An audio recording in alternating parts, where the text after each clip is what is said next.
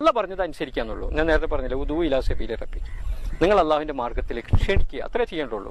ഇപ്പൊ നിങ്ങൾ എന്നോട് ചായ വേണോ ചോദിച്ചാൽ ഒന്നുകിൽ ഞാൻ വേണമെന്ന് പറയും, അല്ലെങ്കിൽ വേണ്ടാന്ന് പറയും. കാരണം I will be forced to take a decision. ഞാനൊരു തീരുമാനം എടുക്കാൻ നിർബന്ധിതരാകും. അപ്പൊ അതേപോലെ നമ്മൾ ഇവരെ ഇസ്ലാമിലേക്ക് ക്ഷണിച്ചാൽ തൗഹീദും റിസാലത്തും ആഖിറത്തും അരമണിക്കൂർ കൊണ്ട് പറഞ്ഞു കൊടുക്കാൻ പറ്റുന്ന കാര്യമുള്ളത്. അള്ളാഹ് ഉണ്ട് എന്നുള്ള കാര്യം, അള്ളാഹിനെ മാത്രമേ ആരാധിക്കാൻ പാടുള്ളൂ എന്നുള്ള കാര്യം, അള്ളാഹു മനുഷ്യർക്ക് മാർഗ്ഗദർശനമായിട്ട് ഖുർആൻ അയച്ചിരിക്കുന്നു, അതിന്റെ ഡെമോൺസ്ട്രേറ്റർ ആയിട്ട് മുഹമ്മദ് നബിനെ അയച്ചിരിക്കുന്നു. മരിച്ചു എന്നാൽ പരലോകമുണ്ട്, നമ്മളെ രക്ഷാശിക്ഷകളൊക്കെ നമ്മളിവിടെ ചെയ്യുന്ന പ്രവർത്തനങ്ങൾക്ക് അനുസരിച്ചിരിക്കും. ആര് അണുമണിക്കത്തൂക്കം നന്മ ചെയ്തു അതവിടെ കാണും, ആര് അണുമണിത്തൂക്കം തിന്മ ചെയ്തു അതവിടെ കാണും. ഈ 3 കാര്യം നമുക്ക് പറയാനുള്ളൂ.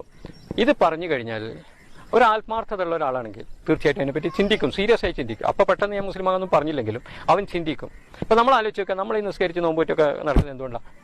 മരിച്ചു എന്നാൽ സ്വർഗം കിട്ടണം, നരകത്ത് പോകരുത് എന്നുള്ളതുകൊണ്ടാണല്ലോ. ഇതേ പ്രശ്നം ഏത് ഹിന്ദുവിനും ക്രിസ്ത്യാനിക്കും ഉണ്ട്.